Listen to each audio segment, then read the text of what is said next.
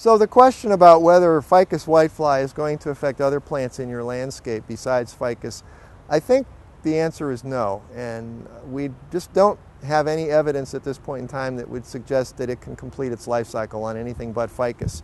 Now, that doesn't mean you won't see the adults on other types of plants in the landscape, because there's so many of them out there, and they migrate. They move, from yard to yard, property to property, across the street. They move with the breeze.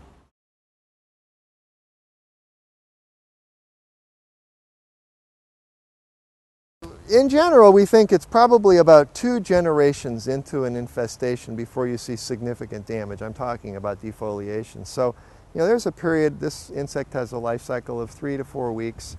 So you're talking maybe as much as 2 months after the initial colonization on a property that it might be before you're seeing damage. Again, though, if you've got a good pair of eyes looking after your property and they're knowing what to look for, and that could be, a landscape maintenance worker, a property manager, a community landscape committee member, everybody, that has anything to do with managing the landscape and maintaining it should be able to recognize the early stages of this pest so that you don't get to a situation where, you've darn near lost your hedge. Early intervention is the key. Once the infestation is found on the property, my suggestion would be, if you value that plant, that ficus hedge, that ficus tree, and you've got whitefly in your neighborhood, you need to drench it. And when we say drench it, what we're talking about is using a neonicotinoid type insecticide. Imidacloprid is probably the most common one. That's actually the active ingredient. There are many different trade names out there. But using an imidacloprid based product as a drench, and by drench I mean this insecticide is mixed up in a solution, and it's not sprayed on the foliage, it's applied right to the base of the shrub. And approximately 1 gallon, minimum of 1 gallon of drenched solution containing imidacloprid, placed right at the vicinity of where the roots meet the trunk. And if you get a little bit splashed up right here onto the lower trunk, lower base of the tree or the shrub, that's just fine. But that drenched product goes down into the soil, is taken up by the roots, absorbed, and then moved systemically throughout the whole plant. And that process can take a couple of weeks. We recommend putting a little bit of liquid nitrogen in the drench material, because the fertilizer helps stimulate uptake, particularly in situations where rapid uptake is needed. Now, there are some other products that can be used besides imidacloprid, but most of those are not available to the homeowner as over-the-counter, ready-to-use type products. In terms of the foliar sprays, they're good for knocking down an infestation that may be there at present, but foliar applications require complete penetration, complete coverage. Remember, this insect lays its eggs on the undersides of the foliage, and to get that kind of penetration, you're going to need a pretty heavy-duty sprayer to get through a dense ficus hedge. The other concern, of course, is after maybe a week, 10 days to 14 days, much of that may have dissipated, and you're going to need to reapply it. Especially if you're using soaps and oils and some of the more organic type based products, homeowners would find themselves needing to spray their hedges quite frequently, probably every couple of weeks. So the beauty of the drench product is that the imidacloprid drench will last 4 to 6 months, and you can forget about whitefly for a while. Come back maybe 3 months after you've drenched and check to see if you can find any live nymphs on the undersides of those leaves. Again, the immature stage encased in that little skin with the red eyes. And, but if applied at the proper rate and with a proper amount of volume, 1 gallon per shrub, 5 gallons on a tree, a canopy tree, applied at the base should provide you with a good 4 to 6 months of control.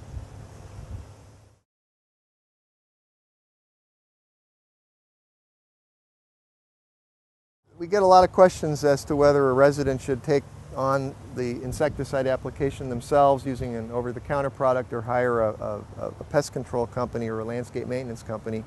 And I guess I would say this, having looked at the products that are available over the counter and the price that they are, and the concentration, which is rather dilute in the products available over the counter, it's probably going to be much more economic to actually hire this drenching done with an outside contractor than to do it yourself. I mean, we've done the math, and it's significantly more expensive to do it yourself, actually. We do encourage people to shop around. There is a lot of variability in bids. Write a specification for your business, your community, your property that contains the UF-IFAS recommendations that we've just talked about, and make sure that you're hiring a licensed pest control operator or a landscape maintenance company that has a pesticide applicator's license. That's really, really important, and get several bids because the prices will vary greatly.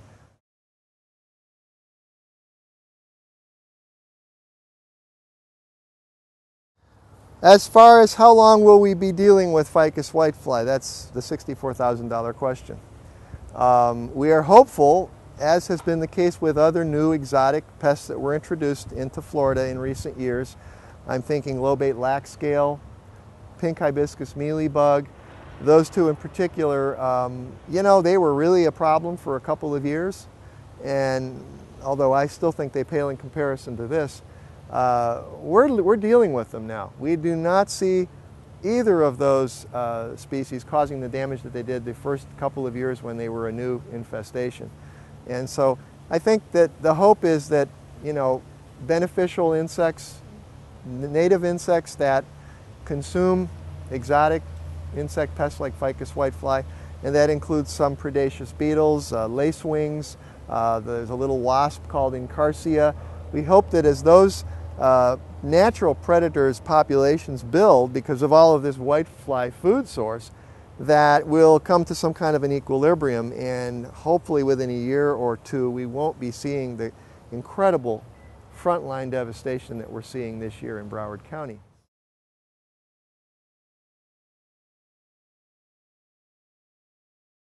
The product Imidacloprid, which is a neonicotinoid insecticide, new generation nicotine-based insecticide, is relatively safe in terms of people and pets. It has a caution label as opposed to a warning label or a danger poison label on it, so it's one of the more benign products. However, having said that, there is some information on the label that would suggest that the product not be applied near bodies of water where there may be fish and certain other aquatic type organisms. Imidacloprid and some of its cousins in that class of neonicotinoid insecticides have fairly high water solubilities, meaning that they're going to percolate down through the soil profile and eventually could work their way into nearby body of water kind of thing. So the label does contain some very specific language about restrictions about using these products in areas just adjacent to bodies of water. I don't recall what the setbacks are, but with any pesticide, you always have to follow the label. The label is the law. Use caution and treat them respectfully, and generally things work out fine and you don't have any problems. Take a look at the label. Most of them say do not re-enter until the residues have dried. So if there's a company coming in and doing the hedge, I wouldn't put the dog out there while they're doing the work. And same with the kids. That's just good common sense.